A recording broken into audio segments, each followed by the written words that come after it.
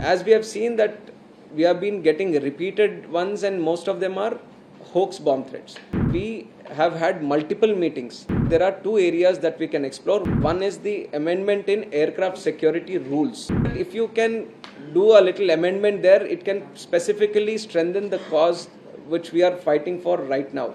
We are definitely pushing forward to bring a change in the Suwaska Act also. For the last 1 week, we have been having some repeated hoax bomb threats also happening and it has been reported widely in the media also.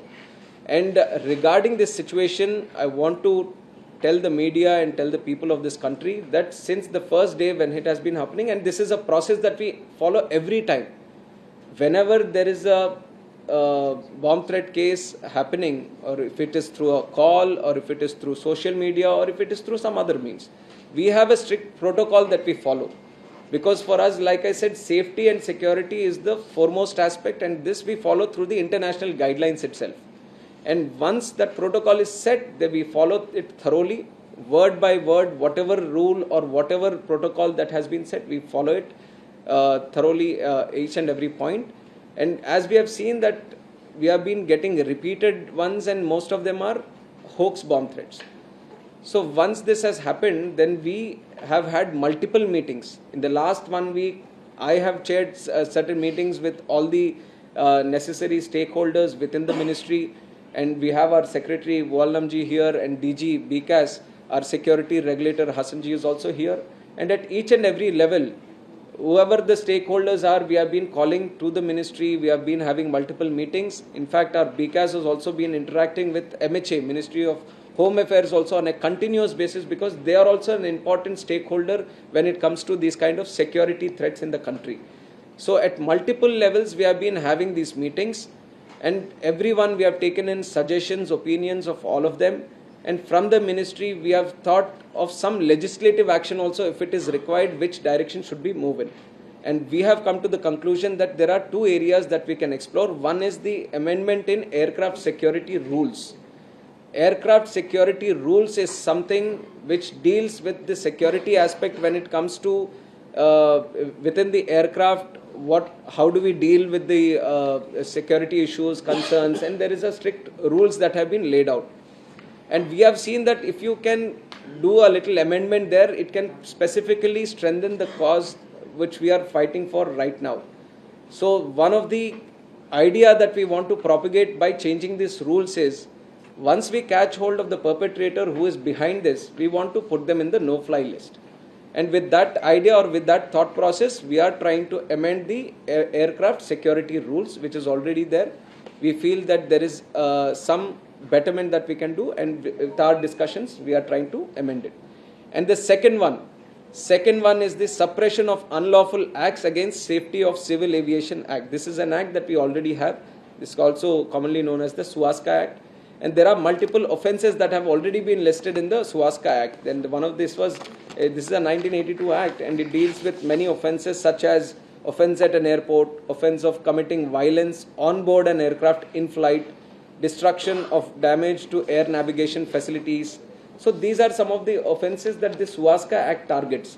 And what we have seen is that while it takes care of the offences when the aircraft is in travel, it's in flight, we see that this, if we want to address these kind of threats that have been happening, or you want to take strict action against the people who are behind this when there is a fake or a hoax threat that they are trying to do, then we have to cover the act on the ground and at the airport also.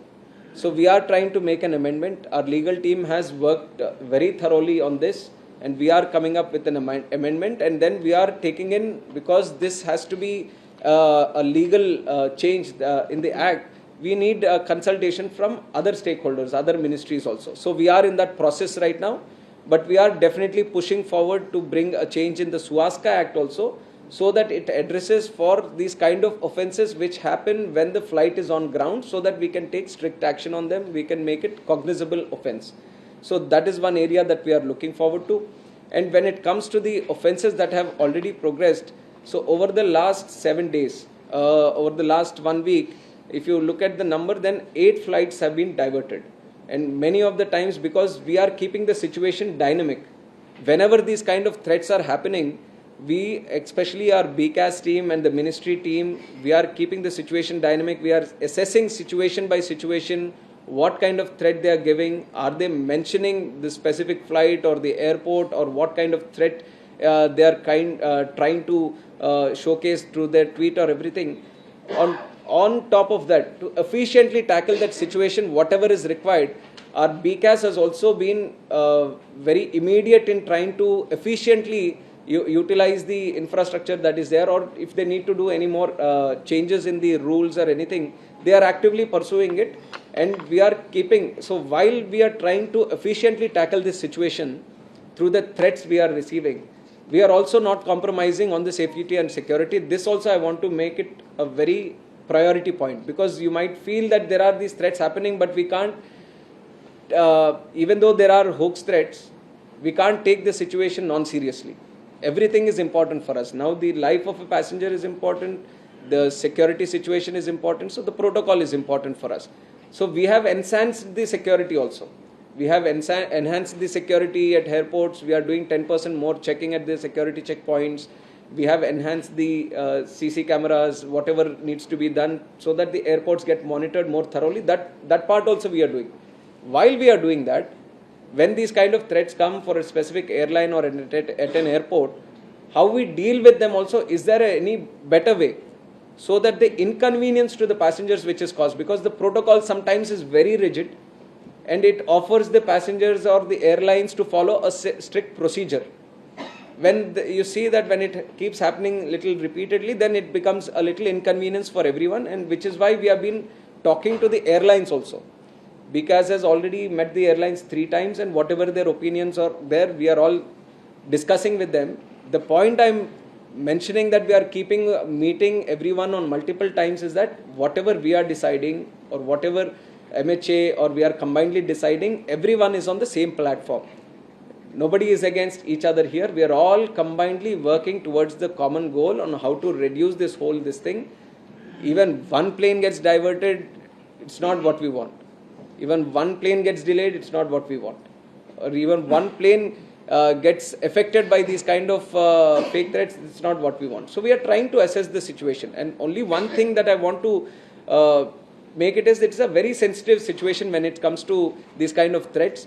There is an international procedure through the ICAO guidelines that we have to follow. So we have to monitor that, and we have to take care of this situation. So combinedly, we felt that from the ministry to actively, initially, to start some kind of process, so that at least for people who are trying to make these kind of, or use the air travel medium to have these fake threats going on, there has to be some kind of deterrent.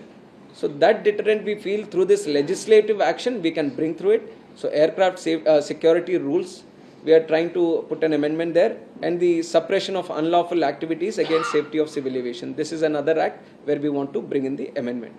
So I feel these two are there, and all the law enforcement agencies, I have mentioned the MHA and also the state law enforcement agencies, because whenever this kind of threat comes and there is a case that needs to be registered, that gets registered at the airport police station. So we are continuously speaking with all the law enforcement agencies also. We are pushing them to speed up the process. Now these are technical in nature.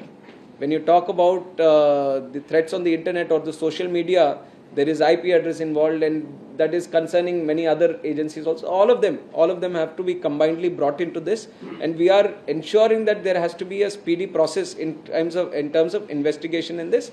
So all the players who might be involved in this, we are putting everyone on the same platform and telling them the seriousness of this issue and trying to speed up the process as much as possible. Legislative action, I have mentioned that whatever needs to be done is this.